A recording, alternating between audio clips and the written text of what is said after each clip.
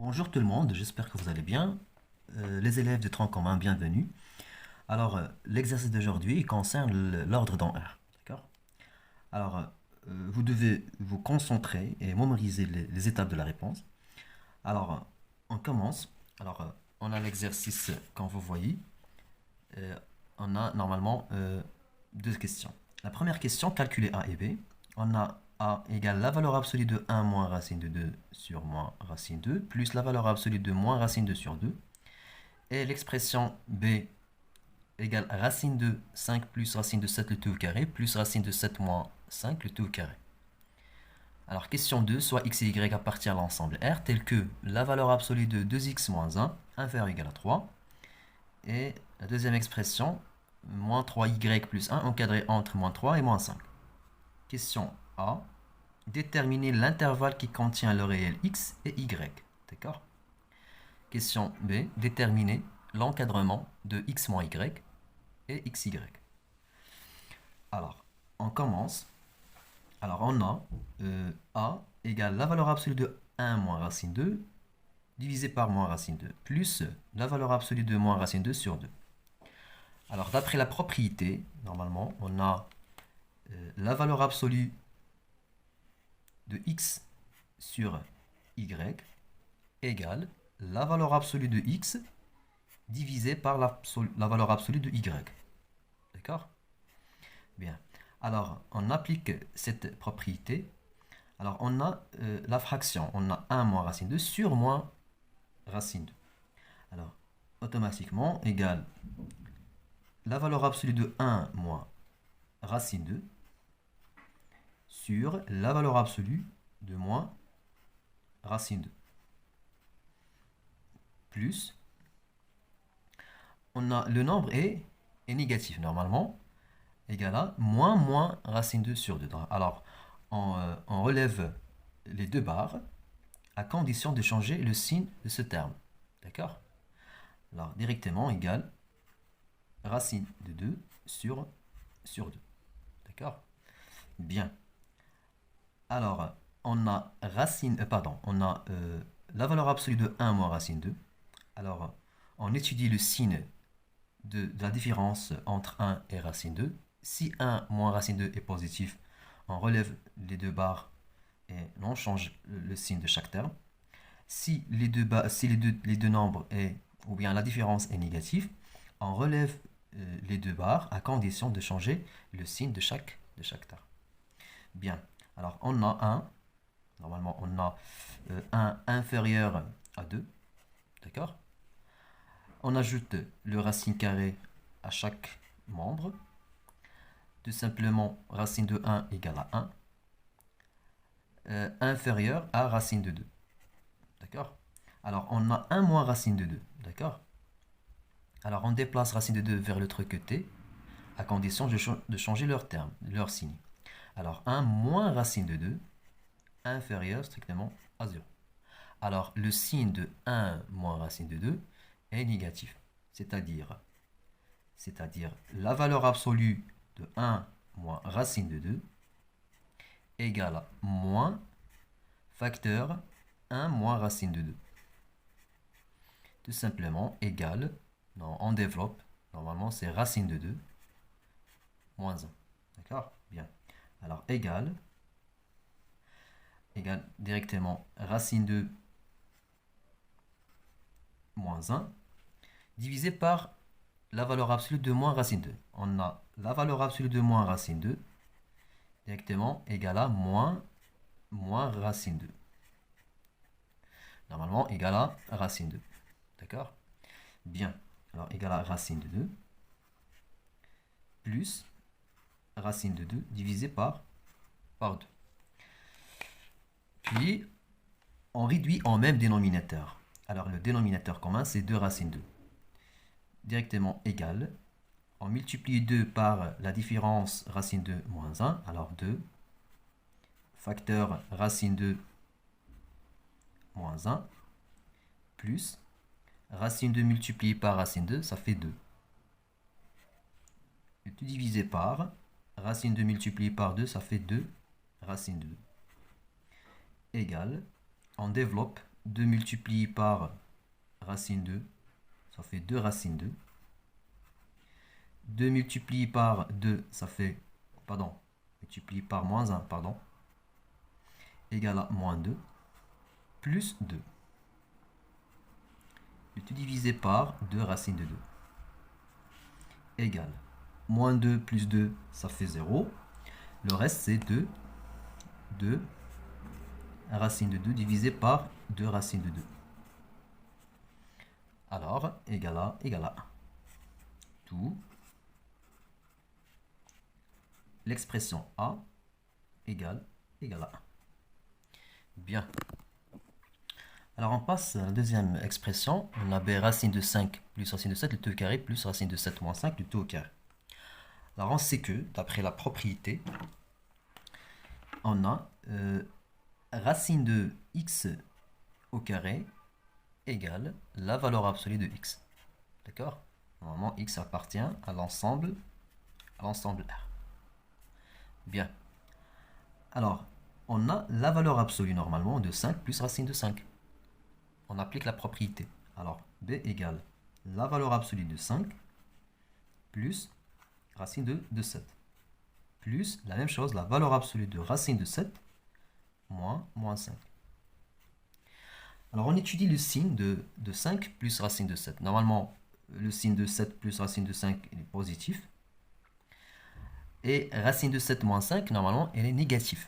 Car racine de 7 au carré égale à 7. Et 5 au carré égale à 25.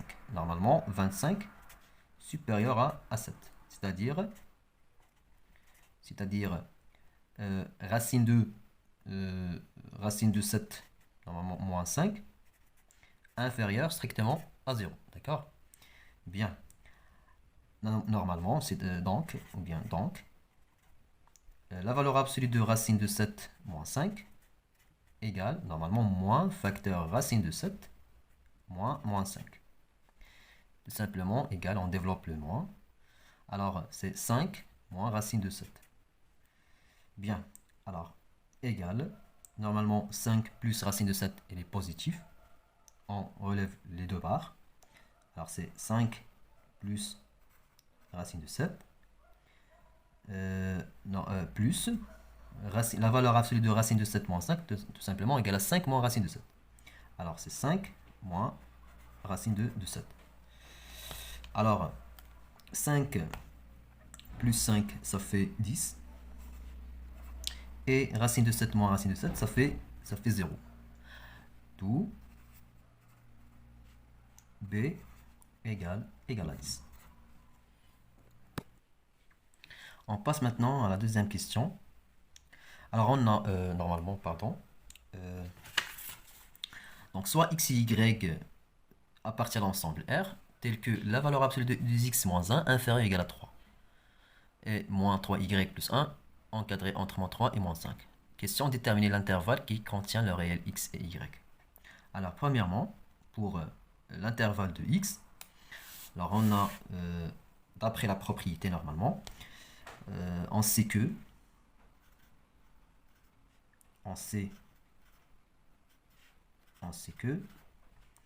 la valeur absolue de x inférieure ou égale à r, avec r nombre réel supérieur strictement à 0. D'accord? Donc si la valeur absolue de x inférieure ou égale à r, alors x encadré entre r et le opposé, moins r. D'accord? Alors on applique cette propriété. Bien, alors la valeur absolue de 2x moins 1 inférieure ou égale à 3, c'est-à-dire 2x moins 1 encadré entre 3 et leur opposé moins r, normalement moins 3. D'accord? Bien.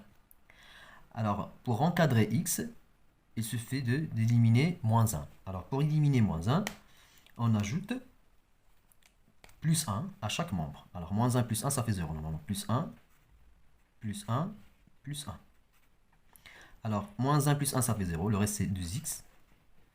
Encadré entre 3 plus 1, ça fait 4, Moins 3 plus 1, ça fait moins 2.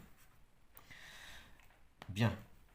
Alors, on a 2x. Alors, il suffit de diviser les trois membres par 2.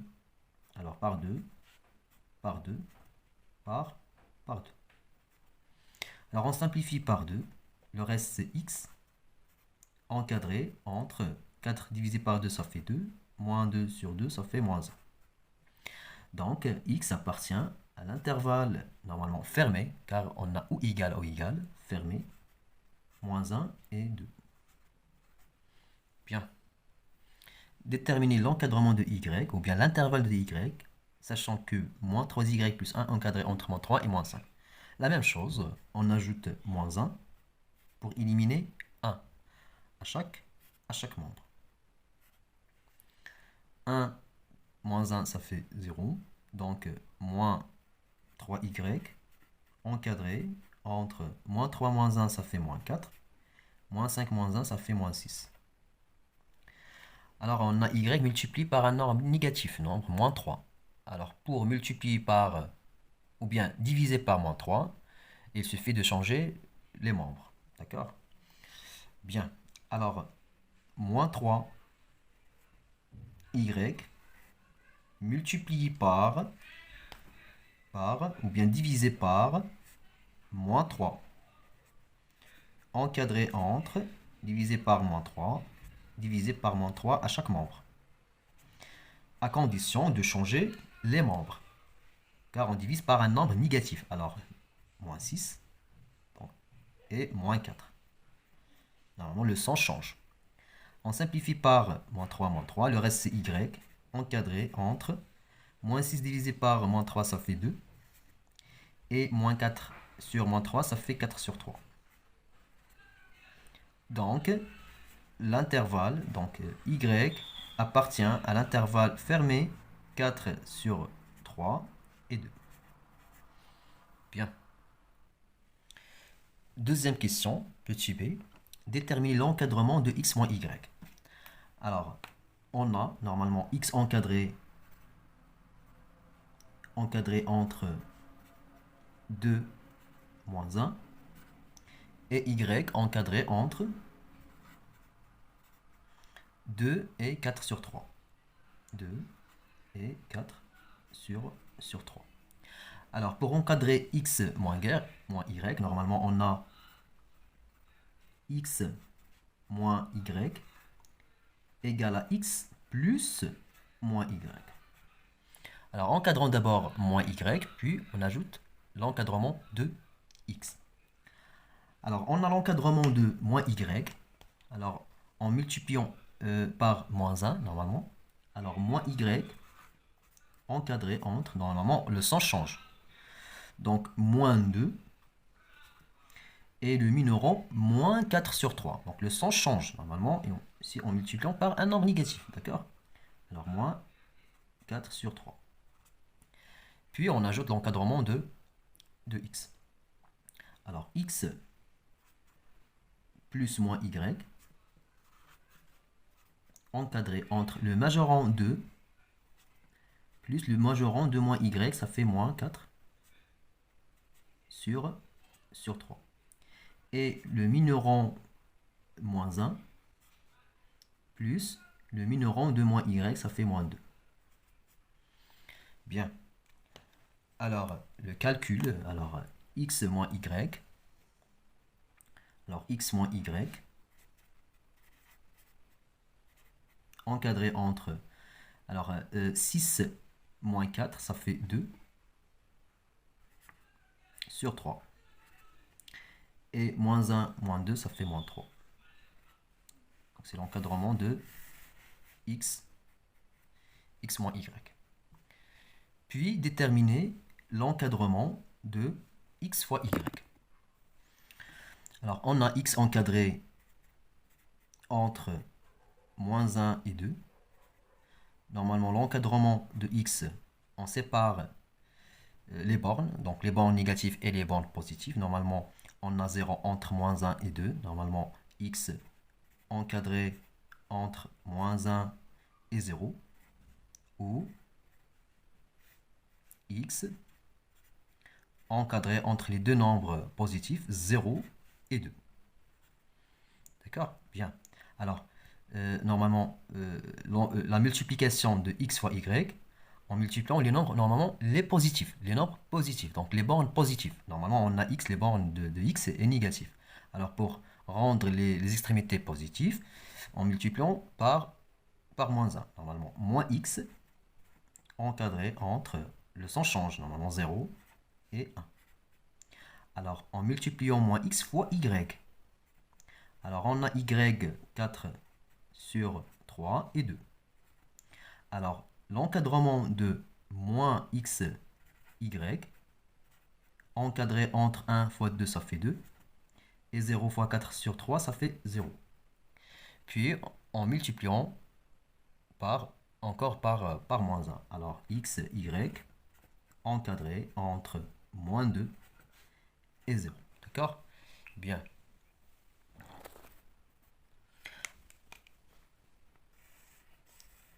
Deuxièmement, donc le deuxième cas, en multipliant par y directement, y on a 4 sur 3 et 2. Directement x multiplié par y, encadré entre 2 fois 2 ça fait 4, et 0 fois 4 sur 3 ça fait 0. Alors on prend le max, ou bien le majorant, le max entre 0 et 4, et le min entre moins 2 et 0. Alors, le max entre 4 et 0, c'est 4. Alors, xy encadré entre 4, le max 4, et le min entre 0 et moins 2, c'est moins 2. Donc, l'encadrement de x fois y, encadré entre le majorant 4 et le minorant moins 2. Alors, bon courage tout le monde, et à la prochaine vidéo, Inch'Allah.